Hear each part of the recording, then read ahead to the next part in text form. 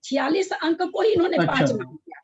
तो अब 46 अंक को जब 5 मान लिया तो प्रत्येक कुंड कितने में भर रहा? 5 सरसों में, है ना? तो हाँ, 5 ही हाँ। बार भरेंगे और 5 सरसों से ही भरा जाएगा, है ना? 46 अंक प्रमाण को 5 मान लिया तो 5 से तो भरा जाएगा और 5 बार में ही भरा जाएगा। दोनों चीज 5-5 हो गई ना।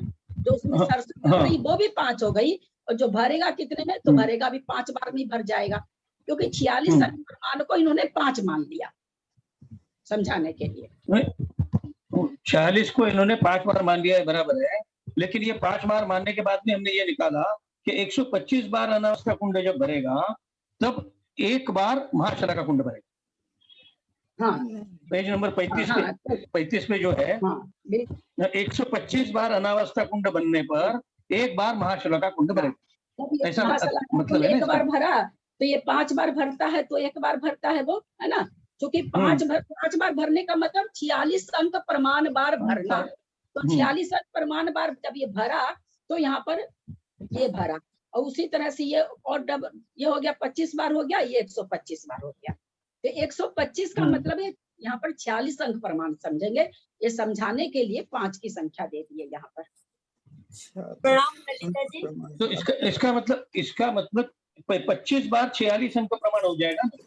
हम एक 46 अंक प्रमाण को 5 मान रहे हैं तो यहाँ 125 बार हुआ तो 25 बार 46 अंक प्रमाण हो जाएगा।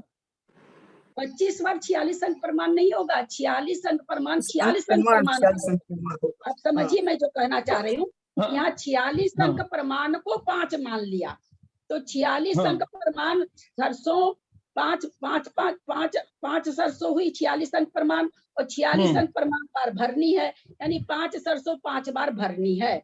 दोनों चीज में लेंगे ना। जब 46 अंक प्रमाण को 5 मान रहे हैं, 46 अंक प्रमाण सरसों उसमें अट रही है तो वो भी 5 ही हो गई और 46 अंक प्रमाण बार भरना है तो वो भी 5 हो गया। तो इस तरह से जब 25 बार अनावस्था कुंड भरते हैं तो 5 बार शलाका कुंड भरा जाता है और 1 बार प्रति शलाका भरा जाता है।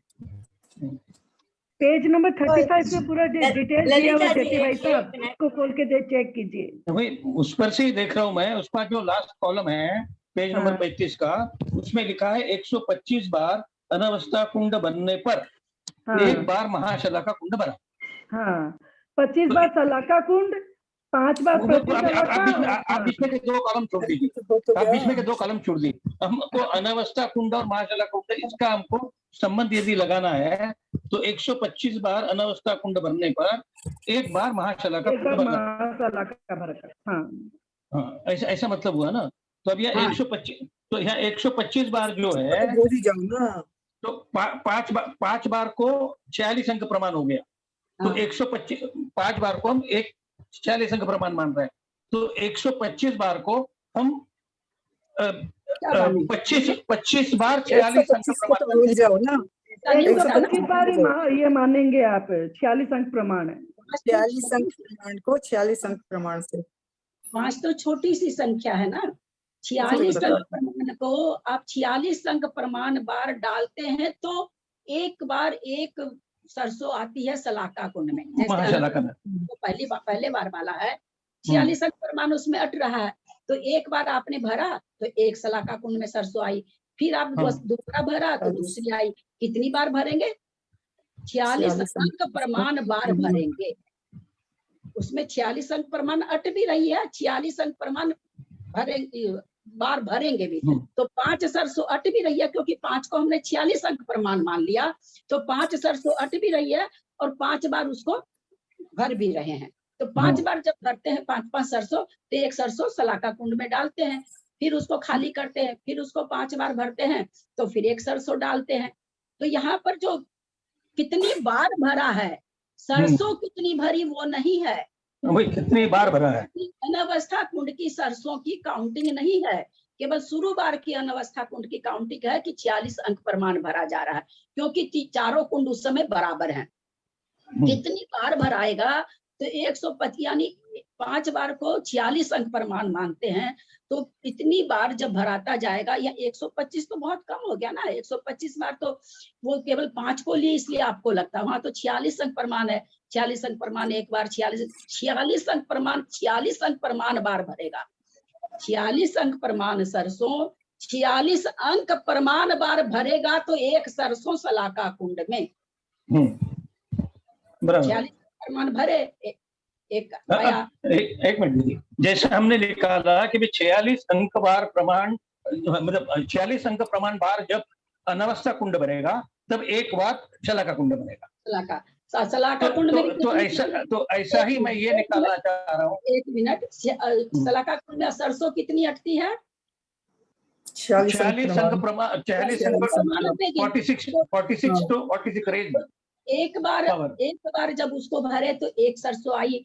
क्योंकि इसको 46 अंक प्रमाण सरसों चाहिए तो हमको अनवस्था कुंड को 46 अंक प्रमाण भरना पड़ेगा, चाहे वो अनवस्था कुंड कहीं का भी हो। उसमें माप से मतलब नहीं है, उसमें सरसों कितनी आ रही है शलाका कुंड को कोई लेना देना नहीं है। भैया तुम भर जाओ और एक सरसों हमको दे दो। अब यहाँ पर 46 अंक प्रमाण सरसों अट रही है, आगे जाके 90 अंक प्रमाण अट सकती है, उसके आगे जाकर 90 अंक प्रमाण, लेकिन डालनी कितनी बार है? 46 अंक प्रमाण बार। समझ रहे हैं बात को? आगे जाके अनवस्था कुंड बहुत बड़ा होता जा रहा है, 46 अंक से 50 अंक हो गया, 60 अंक हो गया, तो सरसों तो उसमें ज्यादा आने लगी, परंतु वो भरना कितनी बार है? 46 अंक प्रमाण बार ही भरना है। भरने की काउंट, क्योंकि ये 46 अंक प्रमाण में भर जाएगा शलाका कुंड, इसलिए भरना 46 अंक प्रमाण ही है उसको। दीदी वो तो ठीक है, लेकिन यहाँ ये क्यों दे दिया कि 25 बार अनवस्था कुंड भरने पर 5 बार शलाका कुंड भरेगा? वही कंफ्यूज हो रहा है। नहीं पकड़ रहे हैं आप, उसको छोड़ दीजिए। आप ये समझ गए ना, आप समझ गए, ये व्यवस्था समझ गए ना, वो आपके नहीं, आप नहीं पकड़ पा रहे। सारी व्यवस्था आप जो बताए सब समझ गए, दीप समुद्र तक पहुंचने की सब समझ गए। ये 5 और 25 और जो 125 दे दिया, बस वही कंफ्यूज कर रहा है। वैसे 5 को कह तो रहे 46 अंक प्रमाण माना है। एक बार भरा तो एक आया, उसी तरह से 5 बार जब भरेगा तो उसमें 5 सरसों आ जाएगी, 5 आ जाएगी तो प्रति शलाका को एक मिनट दीदी, 5 बार भरे तो वो 5 बार शलाका कुंड में डाल दिए, लेकिन हमको तो फिर शलाका कुंड को 5 बार भरना है, तो 5 × 5 = 25, तो 25 बार भरेंगे तब ना हम उसमें प्रति शलाका में डालेंगे। हाँ ठीक है। और फिर प्रति शलाका भी 25 बार भरेगा तो 5 महाशलाका में आएगा। हाँ, तो फिर 125 बार भरेंगे तब फिर महाशलाका में आएगा। हाँ, अगर हम उसको मान लेते हैं कि उस सरसों की संख्या क्या नाम है, 5 जो है वही 46 अंक प्रमाण है, तो भाई 5 बार भरे, वो भर गया 5, क्योंकि हम उसमें हम 46 अंक प्रमाण बार भर रहे थे, हम अभी जानते को 5 से ही भर जाता है, 5 बार ही भरने से वो एक बार भर जाता है। तो 5 बार भरे, एक दे दिए, 5 बार भरे, एक दे दिए, 5 बार भरे, एक दे दिए, तो इस तरह से उसमें 25 बार जब ये भरेगा, वो 5 बार भरेगा तो प्रति शलाका 1 बार भरेगा, फिर प्रति शलाका 5 बार भरेगा तो फिर वो एक बार महाशलाका भर जाएगा। तो महाशलाका तो 1 बार भरा, वो 25 बार भरा है ना, 5 बार भरा, वो 25 बार भरा, वो 125 बार भरा। दीदी ये नहीं हो जाएगा कि 46 अंक प्रमाण पावर 125 × 46 अंक प्रमाण? यहाँ 125 हम लोग इसलिए नहीं ले सकते, 125 लेना पड़ेगा। हाँ, 125 बार भरने की बात आप नहीं ले सकते, क्योंकि हमको 46 अंक प्रमाण बार भरना है। अच्छा, 5 बार नहीं भरना है ना, यहाँ 5 बार 5 सरसों इन्होंने ले लिया कि उसमें 5 सरसों आती है, तो उसमें 5 सरसों नहीं आ रही है, उसमें 46 अंक प्रमाण सरसों आ रही है। तो जो आप कह रहे हैं 146 अंक प्रमाण ऊपर दी पावर एक बार तो 46 अंक प्रमाण, फिर वो बढ़ता जाएगा बढ़ता जाएगा बढ़ता जाएगा, क्योंकि अनवस्था कुंड बार बार भरना है, बार बार खाली करना है, शलाका में डालना है, फिर प्रति शलाका में डालना है, तो 46 अंक प्रमाण ही हरदम आएगा। तो अब ये जो 46 अंक प्रमाण है, हम अगर इसको 5 बार मान लें तब तो ठीक है, 5 में नहीं भरा जा रहा है ना, ये तो 46 अंक प्रमाण सरसों से भरता है, तो 46 अंक प्रमाण टू द पावर 46 अंक प्रमाण, तब तो ये जाकर के शलाका कुंड भरेगा 1 बार। नहीं दीदी, हम इसको ऐसा त्रैदाशिक माने कि भाई 5 = 46 अंक प्रमाण, 5 = 46 अंक प्रमाण, तो 125 बार भरने का है, तो 125 बार को हम यदि 46 अंक प्रमाण निकालना है, 5 = 1 46 अंक प्रमाण है, तो 125 बार मतलब 25 बार 25 46 अंक प्रमाण, ऐसा होगा क्या? 125 को पहले आप 46 अंक प्रमाण से मल्टीप्लाई करिए, फिर उसके ऊपर 125 गुना 46 अंक प्रमाण करिए, तब जाके वो संख्या आएगी। तो ये तो संख्या फिर हमारे जानने की हो गई ना। हम इस संख्या को जान थोड़ी सकते हैं। हम इस संख्या को, क्योंकि ये संख्या कौन सी आ रही है, परित जघन्य परित असंख्यात आ रही है ना। तो 125 ये जैसे काउंटेबल चीज नहीं होगी है कि हम 125 बार बनाए, ऐसे बनाए, वो अनकाउंटेबल उसमें होता चला जाएगा। 700 अनकाउंटेबल आती जा रही है बस। और केवल 46 अंक प्रमाण वो हमारे पास काउंटेबल है कि हम उससे तीनों कुंड और शुरू का जो अनवस्था कुंड है वो इतने में भरता है, ये हमको केवल मालूम है। तो उसका सीधा त्रैराशिक नहीं लगा सकते? नहीं, सीधा त्रैराशिक निकालने से तो हमारे आपका विषय हो गया। और आचार्य कहते हैं कि अवधि ज्ञान मन पर ज्ञान का विषय है। नहीं, 46 अंक प्रमाण जैसा भी कहा, 46 अंक प्रमाण पावर 125 वो नहीं होगा। 5 में इसमें नहीं फंसना आपको। 46 अंक प्रमाण सरसों शुरू वाला 46 अंक प्रमाण बार भरते हैं तो एक बार शलाका कुंड भरता है, तो एक सरसों प्रति शलाका में जाता है। फिर अगला जहां अवस्था कुंड बनता है, चाहे वो कितना बड़ा भी बने, उसको भी 46 अंक प्रमाण बार भरना होता है। तो दोबारा वो भरता है तो एक सरसों फिर प्रति शलाका में जाती है। फिर कहीं भी अनवस्था कुंड बनता है, उसको वापस 46 अंक प्रमाण बार भरना पड़ता है। तो इसमें 46 अंक प्रमाण सरसों आती है शलाका कुंड में, तो एक उसमें चली जाती है। तो इस तरह से अगर आप इसको 5 को जैसे 5 पावर 3 है ना, 125 क्या है, 5 पावर 3 है।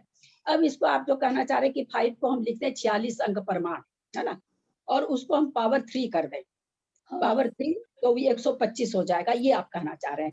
146 अंक प्रमाण पर 3 पावर नहीं, 3 गुना 46 अंक प्रमाण, है ना। 3 कैसे 46 अंक प्रमाण को आप किससे मल्टीप्लाई करेंगे, 46 अंक प्रमाण से। 46 अंक, फिर उस गुना को ऐसा नहीं समझेंगे कि जैसे 2 द पावर 2 होता है ना, तो 2 गुना 2 4, 2 से तो संख्या नहीं बैठेगी। 3 पर पावर 2, तो 3 तिया 9 होता है, हम लोग सभी जानते हैं। 3 को 3 प्लस 3 अगर करिए, आगे आने वाला संख्या इसी से शुरू होगा जो मैं अभी बता रही हूँ। तो मल्टीप्लाई और ऐड करने में क्या अंतर हुआ, यद्यपि ऐड भी 2 संख्या हो रही है, मल्टीप्लाई भी 2 संख्या हो रही है, पर देखिए कितना अंतर है। तो वो चीज यहाँ समझिए, 46 अंक प्रमाण पर 46 अंक प्रमाण को 46 अंक प्रमाण से 46 अंक प्रमाण बार गुना करना है, तब वो 125 होगा। पावर 3 नहीं होता, 3 नहीं पावर आएगा। 125 अंक प्रमाण को 125 अंक बार गुना करना। 3 कैसे हुआ? अच्छा, कोटि कोटि कोटि कोटि कोटि कोटि कोटि कोटि कोटि कोटि इतना पावर हुआ उसका, तब जाकर के वो अनवस्था कुंड आखिरी वाला आएगा। पकड़ में आई बात? अब कोई प्रश्न है क्या? बाकी ये 5 बार वाला। दीदी हम एक बात पूछना चाहते हैं, हम राइट है क्या ये दीदी? हम ये पूछ रहे हैं, आप बताइए राइट है क्या? 46 अंक प्रमाण 46 अंक बार भरेंगे उसको, कुंड को, तब फिर एक शलाका कुंड भर जाएगा। एक शलाका कुंड में एक सरसों आएगी, एक 46 अंक प्रमाण 46 अंक बार भरेंगे। हाँ, तो एक 46 अंक प्रमाण भरेंगे तो 46 अंक प्रमाण, हाँ ठीक है, तो एक शलाका कुंड भर जाएगा। भर जाएगा बिल्कुल। एक शलाका कुंड से एक सरसों, उसमें शलाका कुंड में से सरसों क्यों लेने पे आप लोग नहीं दीदी, उससे नहीं ले रहे हैं, फिर एक सरसों प्रति शलाका में डालेंगे ना, वो शलाका कुंड भर जाएगा। शलाका कुंड को खाली कर दिए, और अनवस्था कुंड को जैसे खाली करना एक दीप समुद्र वैसे खाली कर दिए। फिर जहां जाके वो समाप्त हुआ, वहां फिर उसके रेडियस डायमीटर के बराबर हमने फिर कुंड बनाया, फिर उसको भरा। फिर जितनी भी सरसों उसमें आई हो, पहले वाले में 46 अंक प्रमाण आई थी, दूसरे वाले में तो बहुत ज्यादा आएगी। वो कितनी ज्यादा आएगी, वही तो संख्यात बताने का मतलब वही तो है ना, कि ज्यादा ज्यादा होता जा रहा। अब उतनी सरसों आप फिर 46 अंक प्रमाण बार डालेंगी, यानी उतनी बार डालेंगी तो एक बार डालेंगी तो एक सरसों, 2 बार डालेंगी तो 2 सरसों, 46 अंक प्रमाण बार डाल दिया आपने, तो फिर 46 अंक प्रमाण सरसों इसको मिल गई शलाका को, तो फिर एक प्रति शलाका प्रति शलाका में, फिर प्रति शलाका में भी उतनी बार ही डालेंगे तो फिर एक महाशलाका में जाएगा एक सरसों। जब ये भर जाएगा एक बार तो एक सरसों महाशलाका में चला जाएगा। बस वही दीदी यही समझता हूँ। ऐसे मल्टीप्लाई करते बहुत थोड़ा सा ये है, ऐसा नहीं है ये, क्योंकि यहाँ 5 देने से आप लोग को ज्यादा घबराहट हो गई। हाँ वो समझ में नहीं आ रहा था 125 वाला। बहुत ज्यादा छोटी संख्या भी तो नहीं समझ में आती है ना, इतनी बड़ी संख्या के सामने इतनी छोटी संख्या पकड़ में नहीं आती है। तो 46 अंक प्रमाण बार बार भरते जाएंगे, शलाका को भरता जाएगा। अब उसमें सरसों कितनी आ रही, वही तो सरसों ज्यादा आ रही ना, तभी तो संख्यात की संख्या बढ़ रही है ना। सरसों की संख्या बढ़ना ही तो उत्कृष्ट संख्यात को बताने जा रहा है ना, कि कितना बड़ा है उत्कृष्ट संख्यात। इतना बड़ा गड्ढा खोद रहे हैं, इतना बड़ा गड्ढा खोद रहे हैं, कुंड खोद रहे हैं, सरसों से भर रहे हैं, एक एक डाल रहे हैं, कहाँ कहाँ अंक होगा, कितना बड़ा। तो पावर में समझेंगे तो 46 अंक पर 46 अंक प्रमाण टू द पावर 46 अंक प्रमाण टू द पावर 46 अंक प्रमाण टू द पावर 46 करते जाइए। कितनी बार करनी है? 46 अंक प्रमाण टू द पावर करना है। 46 अंक प्रमाण, ठीक है। ये करना तो इम्पॉसिबल। पॉसिबल तो यहाँ पर 10 का भी नहीं है। 46 अंक प्रमाण कहते हैं कि चलो 10 दी पावर 6 46 दे दे, तो हम लोग से तो वो भी नहीं होगा।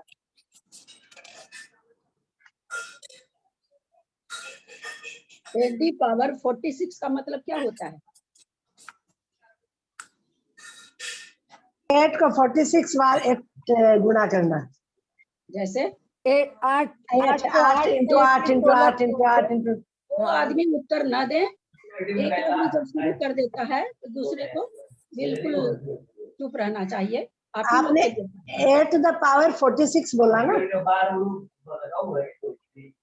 या तो प्रवचन सुन लीजिए या क्लास कर लीजिए। जिनको प्रवचन सुनना रहता है ना, वो क्लास ना करें। कौन सा? और नहीं तो म्यूट करके सुने। आप बोलिए, अब क्या बोल रहे थे आप? मैंने बोला 10 दी पावर 46, तो इसको क्या करेंगे? समझ में नहीं आया। क्या नहीं समझ में आया? मैं बोली 10 दी पावर 46, इसका क्या मतलब हुआ ये पूछ रही मैं। इसमें क्या नहीं समझ में आया दीदी आपको? 1 के 46 जीरो। हाँ, 1 के 46 जीरो। नहीं, कितना नहीं पूछ रहे हैं, करेंगे क्या आप? हम ये पूछ रहे हैं। 10 को 46 बार गुना करेंगे। 10 गुना 10 गुना 10 गुना 10 गुना 10 गुना से 46 इंटू 46 इंटू 46 इंटू 46 ऐसा 10 बार करेंगे। 10 बार गुना यानी 10 को हम 46 बार लिखेंगे, है ना? 10 को हम 46 बार लिखेंगे, 10 दी पावर 46 होगा। तो वहां पर तो क्या है, 46 अंक प्रमाण गुना 46 अंक, 46 अंक प्रमाण बार गुना करना पड़ा। 46 अंक प्रमाण गुना 46 अंक प्रमाण गुना 46 अंक प्रमाण, कहाँ तक? जब वो 46 अंक प्रमाण बार गुना करना पड़ रहा है, तब जाकर के वो संख्या आ रही है। कौन सी? घन परित असंख्यात आ रही है।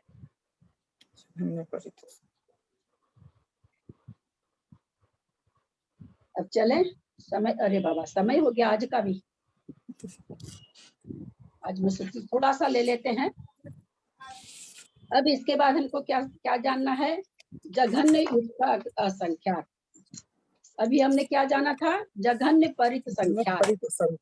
अब जघन्य युक्त संख्यात जान लेंगे तो उससे हम क्या जान जाएंगे? उत्कृष्ट परित असंख्यात। उत्कृष्ट परित असंख्यात जान जाएंगे अगर हम जघन्य युक्त संख्यात जान लेंगे। तो जाना कैसे जाएगा इसको? तो आचार्य पहले ही बता चुके, विरलन देह राशि के द्वारा इसे जानेंगे। विरलन का मतलब होता है बिखेरना। मतलब जितनी बार हम किसी, जैसे मान लीजिए एक कटोरी में हमने दाल ली है और उसको हम जितनी दाल है, 100 दाल है, उस 100 दाल को हम 100 कटोरी में एक एक दाल कर दिए, इसको कहेंगे बिखेरना। फिर एक एक दाल, 100 दाल के दाने थे, हमने 100 कटोरी में बिखेर दिए। देह का मतलब होता है कितनी बार आप उस बार उस कटोरी में डालोगे। एक बार आपने कर दिया, हमने कहा भाई अब एक बार कर दिया, फिर एक बार और करेंगे, फिर एक बार और करेंगे। तो देह का मतलब आपको कितनी बार बिखेरना है। विरलन का मतलब जितनी बार बिखेरा जाए और देय का मतलब जिसे बिखेरा जाए, जिस राशि, जैसे किसको बिखेर रहे हैं, चना दाल को बिखेर रहे हैं। चना दाल कितनी है आपके पास, 100 है, बिखेरना कितनी बार है, तो हम कह दिया आपको तो एक दाल आपको कम से कम 20 बार बिखेरना है। तो जितनी बार बिखेरा जाए वो विरलन, यानी टू द पावर, पावर को विरलन कहेंगे। और नीचे जो राशि रहती जैसे टू द पावर 10, तो 2 हो गया देय राशि, 10 हो गया विरलन राशि, वो हो गया 2 पर पावर 10 हम बोल रहे हैं, तो 2 को कहेंगे देय राशि, यानी जिस राशि को हमको देना है सब जगह। विरलन पावर को कहेंगे, यानी कितना, वो पावर है उस पर 5, तो हम उसको कितनी बार उसको अलग अलग करेंगे, कितनी बार बिखेरेंगे। तो विरलन देय राशि के द्वारा जघन्य युक्त असंख्यात राशि निकलेगी। पेज नंबर देखिए 36, विरलन जितनी बार बिखेरा जाए, देय जिसे बिखेरा जाए, जैसे चित्र दे रखा है 2 दी पावर 5, तो कहते हैं विरलन हो गया 5, क्यों 5 बार, हम 2 को कितनी बार मल्टीप्लाई करेंगे, 2 गुना 2 गुना 2 गुना 2 गुना 2, यानी हमने 2 को कितनी बार बिखेरा, 5 बार बिखेरा, है ना। जो ऊपर पावर की राशि है उतनी बार हमने उसको 2 को बिखेरा, माने 2 को बिछाया, तो वो हो गई जितनी विरलन राशि जितनी बार बिखेरा गया। बिखेरेंगे किसको, तो कहते देय राशि को। देय राशि कौन सी कहलाती है, जिस पर पावर होता है, यहाँ पर 2 पर पावर है, तो 2 हो गया देय राशि, यानी जितनी बार बिखेरा जाए वो विरलन राशि, जिसको बिखेरा जाए वो देय राशि। जितनी बार बिखेरा जाए वो विरलन राशि, जिसको बिखेरा जाए वो देय राशि। यहाँ पर 2 देय राशि है, 5 विरलन राशि है। समझ में आया? जी आ गया। अब आगे चलते हैं।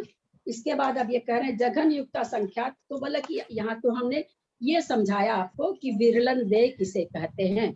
जघन्य युक्त संख्यात में किसको हम देय करें, किसको विरलन करें कि हमको जघन्य युक्त संख्यात राशि पता चल जाए।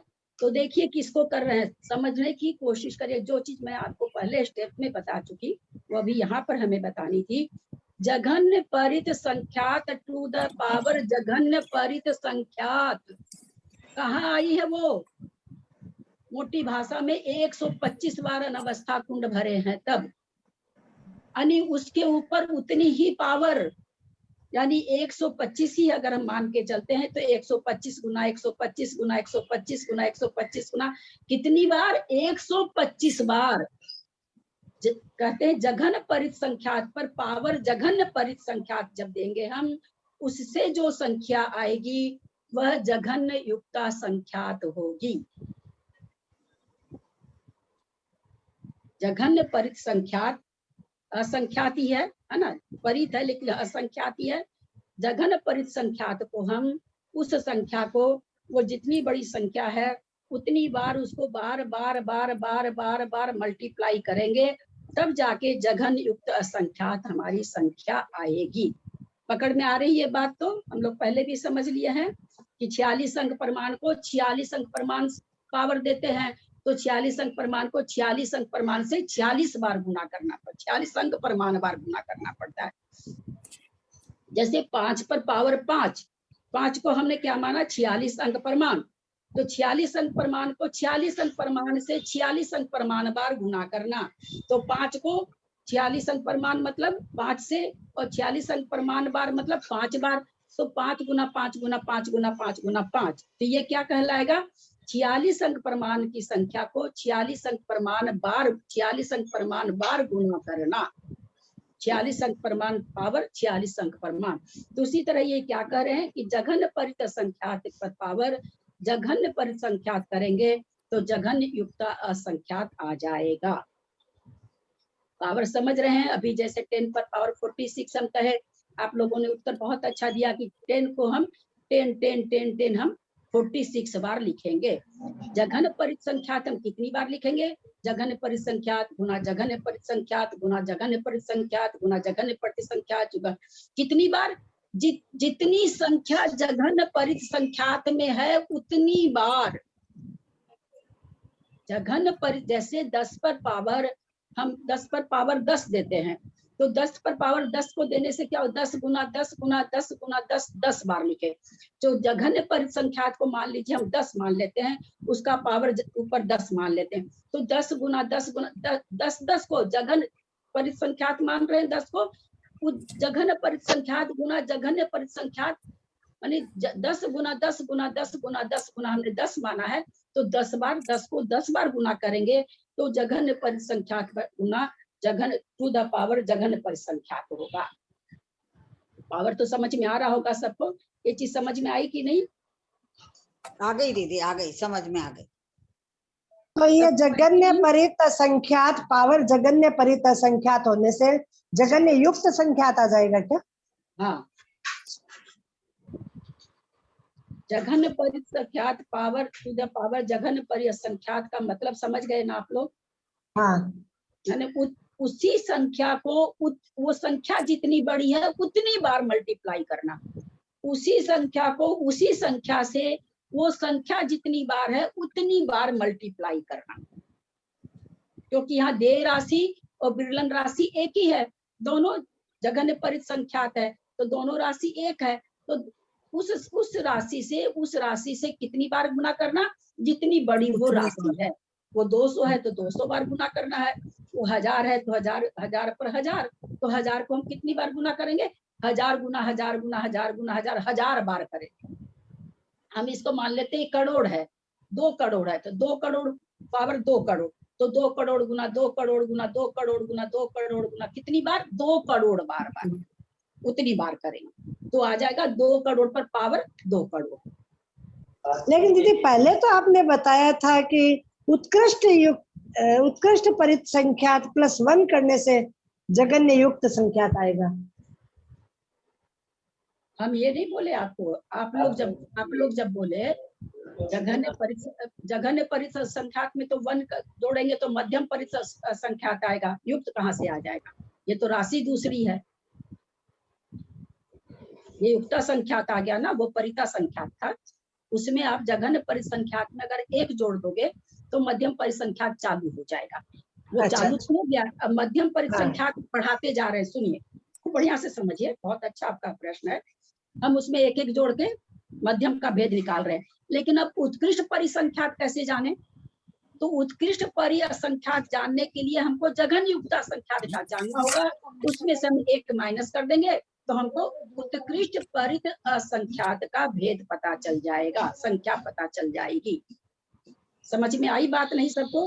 किसी को देखिए सब्जेक्ट कड़ा है, हम समझते हैं, इसलिए जिसको भी नहीं समझ में आ रहा हो आप पूछे, नहीं तो मुझे नहीं पता चलेगा। आप लोग सबको ही हाँ बोले, अपने को म्यूट करके नहीं मुझे नहीं पता चल रहा, क्योंकि फिर एक ही एक चीज को बहुत आगे निकलने पर जब पूछते हैं ना तो वो थोड़ा सा लिंक टूट जाता है। इसलिए जिस समय जो सब्जेक्ट चलता है उस समय जिसको भी नहीं समझ में आता है आप बार बार पूछें, इसलिए सब खोल के ना बोले, सब कोई खोल के हाँ बोले। नहीं, हमें अभी नहीं ठीक से समझ नहीं आया, अभी नहीं ठीक से पता नहीं लगा। हम ये कह रहे हैं जघन्य युक्त संख्या कैसे पता चलेगी, हमको ये राशि निकालनी है, तो ये राशि निकालने के लिए फॉर्मूला दिया, जैसे पहला वाला फॉर्मूला दिया कुंड विधान से, है ना, उसका नाम दिया कुंड विधान। इसको क्या दिया, देय विरलन राशि विधान। इसका क्या नाम दिया कि कैसे निकलेगी ये राशि, तो धीरे से सुनिए सब। ये राशि, पहली राशि निकली कुंड विधान से, दूसरी राशि किससे निकलेगी, तो कह रहे हैं आचार्य हमें कि देय और विरलन राशि से निकलेगी। देय राशि वो हुई जिसको बिखेरा जाए, विरलन राशि वो हुई जो जितनी बार बिखेरा जाए। हम लोगों की अपनी संसारिक भाषा में टू द पावर जो होता है उसको विरलन राशि समझिए, जिस पर पावर है वो देय राशि समझिए, है ना। घात भी कहते हैं, टू द पावर 10 की घात, है ना, पावर को घात भी कहते हैं, 2 पर 10 का घात, ऐसे भी हो सकता है आप लोग ये भाषा भी समझे। तो ऐसे करेंगे तो बोले इसको पता करने के लिए भैया विरलन और देय राशि से जघन्य युक्त संख्यात निकलेगा, कुंड विधान से निकलेगा। तो भाई किसका करें हम, किसको बिखेरे और कितना बिखेरे, तो कहते हैं कि जो संख्या आपको पता चली जघन्य परित संख्यात की, हमें भी पता चली ना जघन्य परित संख्यात की संख्या कुंड विधान के द्वारा हमें पता चली, तो कहते हैं जघन्य परित संख्यात में हम मान लेते हैं कि वो संख्या 540 है।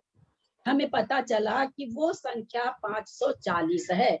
तो ये क्या कह रहे हैं, जघन परिसंख्यात पर जघन परिसंख्यात का पावर दे दीजिए। यानी जघन परिसंख्या हमने 540 माना, तो 540 क्या हो गई, कौन सी राशि हुई, जघन्य परिसंख्या कौन सी राशि हुई, देय राशि, देय राशि हुई। और उस पर फिर उसको कहते हैं जघन्य परिसंख्यात से मल्टीप्लाई पावर भी करिए, तो विरलन राशि भी जघन्य परिसंख्यात हुई। तो विरलन राशि भी कितनी हो जाएगी, 540 है, तो विरलन राशि कितनी होगी, 540। बहुत सुंदर उत्तर। तो 540 को अब हम क्या कर, आचार्य कहते क्या करना है तुमको, 540 गुना 540 गुना 540 गुना, कितनी बार आप लिखेंगे 540 बार। अब जो ये संख्या आएगी वो हो जाएगी जघन युक्त संख्या। ये हमारी भाषा में हमने उसको माना है ना, प्रज्यूम किया है कि वो 540 है। वो तो कितनी बड़ी हम लोग देख रहे हैं, अभी हम अभी जघन परिसंख्यात निकाल के आ रहे हैं, कितनी बड़ी हम देख रहे हैं। तो उतनी उस संख्या को उतनी बार बिखेरना है, यानी उतनी बार गुना करना है। जघन परिसंख्यात में जो राशि हमको मिली उस राशि को उतनी ही बार गुना करना है। तो वो देय राशि भी उतनी है, विरलन राशि भी उतनी है। इस दोनों को जब हम कर लेंगे तो जो संख्या हमें प्राप्त होगी वह जघन्य युक्त असंख्यात होगी। म्यूट रखें, बच्चों की आवाज आ रही है, जरा सा म्यूट भी रखें और बोले कि यहाँ तक समझ में आया कि नहीं। आया दीदी, आया। ठीक है, अब चल लेते हैं आगे, 11 बज रहे हैं।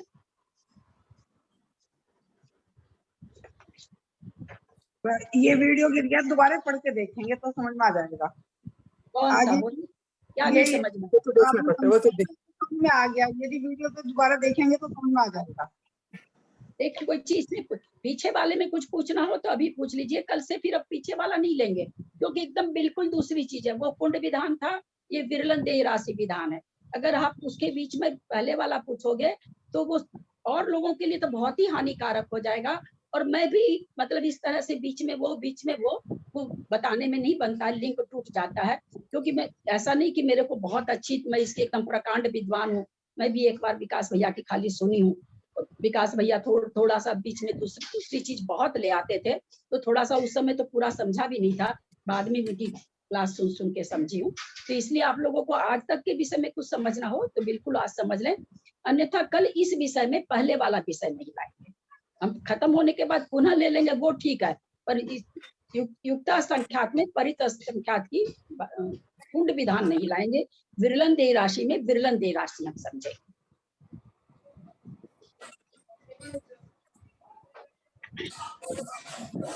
मात्रा पदवाक्यहीनं मया प्रमाद्यादि किंचनोक्तं तन्मे क्षमित्वा विदधातु देवी सरस्वती केवल बोधलब्धिं कोटि समाधि परिणाम शुद्धि स्वात्मोपलब्धि शिव सौख्य सिद्धि चिंतामणिं चिंतित वस्तु दाने त्वं वन्दमानस्य ममास्तु देवी।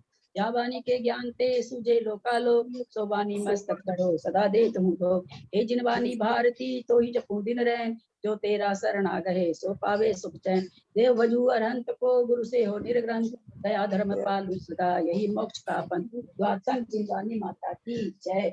नमोकार नमोकार।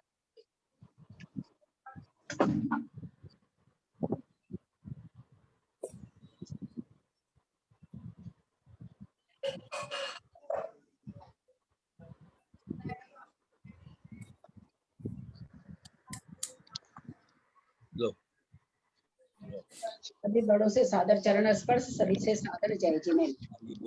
सभी से सादर जय प्रणाम जय जिनेन्द्र। ललिता दीदी को चरण स्पर्श, सभी को जय जिनेन्द्र। प्रणाम, सभी को जय जिनेन्द्र। सभी को सादर जय जिनेन्द्र। ललिता दीदी को प्रणाम। ललिता दीदी को धूप, सभी बड़ों को सादर जय जिनेन्द्र। प्रणाम ललिता जी, सभी बड़ों को प्रणाम, सभी से जय जिनेन्द्र।